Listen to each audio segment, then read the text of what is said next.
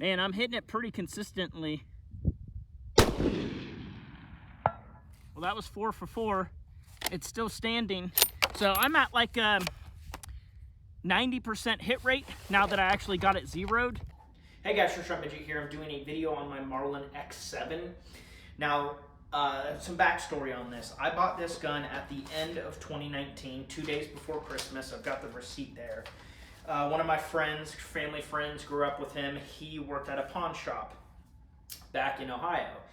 And he wasn't working there anymore, but he was back in town because I think that was when he moved states to go to college. And he was just back in town for Christmas, if I remember correctly. So he didn't work at this pawn shop anymore, but we went there just so he could, you know, kind of see his old coworkers and everything. Well, I was looking around and I saw this and I ended up buying it. So I think they had it listed for like $400. And so basically it was a pawn shop. So I basically offered $350 out the door is what I said. And they said, sure. I mean, they probably paid $100, $150 for this thing. But I wanted to negotiate a little bit, and I said out the door. And what I meant by that was $350 is all I wanted to pay. So the receipt here was $325.58, sorry. And then there was $24.42 of tax. So it was $350 out the door, including tax and transfer fee. Like, $350 is all I paid for it, and at the time, pretty decent. I probably could have got it for $300 now that I really think about it. So this is the only 308 I own and the only bolt action. So everything you see on here came with the gun. So I'll just start off on the front here and just kind of talk about the stuff that came with it. So I believe it is a nitrided barrel or blued, I think is the finish on here. I can't tell exactly. It looks kind of nitrided to me, but it might be bluing. Not 100% sure. They don't actually make these guns anymore. In fact, Marlin was sold to Ruger, and so was Remington. So they haven't made these guns, I think 2016, 2015 is when they stopped making these, and I bought it in 2019. So it's a couple years old. The bore was in great shape. It clearly had not been shot. It does have some scratches on the front here, like it was leaned up against something, like maybe, I don't know, like inside of a gun safe maybe, and somehow it got scraped up on the front, but that's really the only cosmetic damage. On the front here, I believe this is a 20-inch barrel as well, if I remember correctly. They don't sell these anymore, so there's not a whole lot of information, but I believe it is a 20-inch. There is a bipod on the front. It is a Harris-style bipod. It is no name. There is no marking on it at all that I can see. Now I can unscrew it, so it does come off. It is completely metal, and it attaches with the front mount. I don't even know what to call that. It's like a nub. You can attach a sling to it. It's like proprietary. Of course, nowadays you have the QD sling swivels for modern guns. I don't see a name on it, but I'm guessing it was like a $50, $60, maybe $70 bipod. I don't think it's like a name brand like a Harris.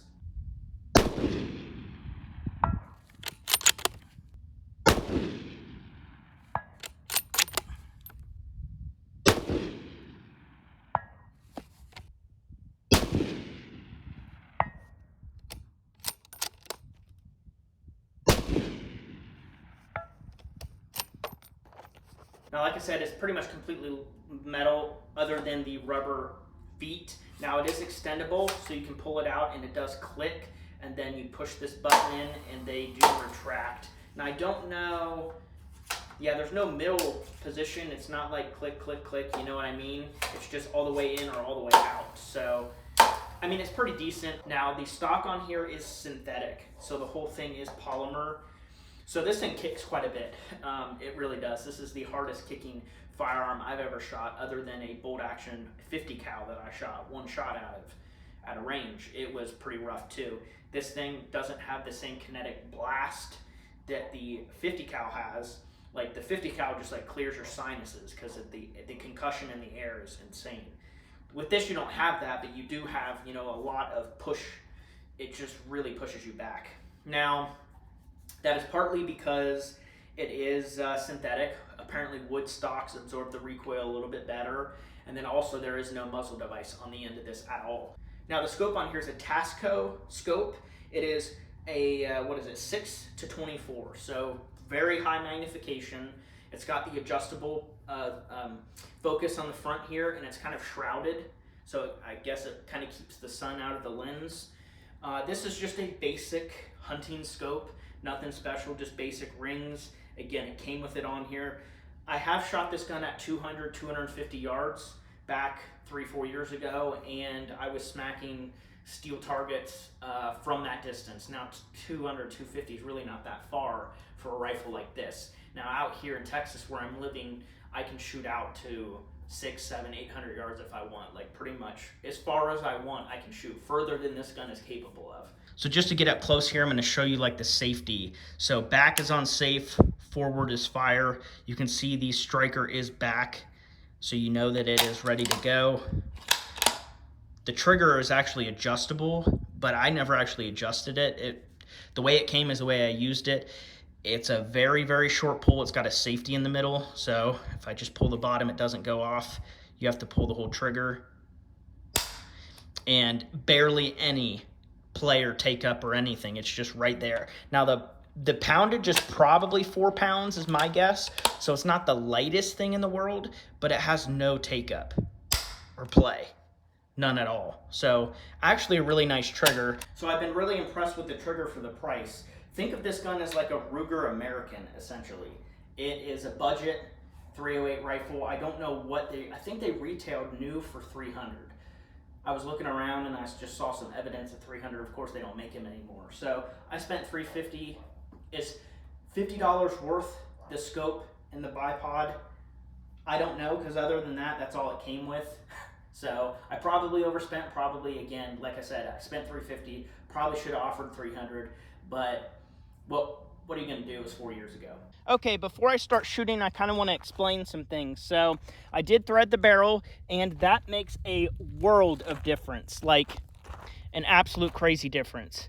It is a 3-port muzzle brake. It's also got some compensation because it's got holes on the top, but it's a 3-port. I got dust all over my bipod there. It is painted black, and I red Loctited it, and no issues whatsoever. Very good recoil reduction. Like, this is a whole new gun to shoot. I swear to you, you would have to feel it yourself.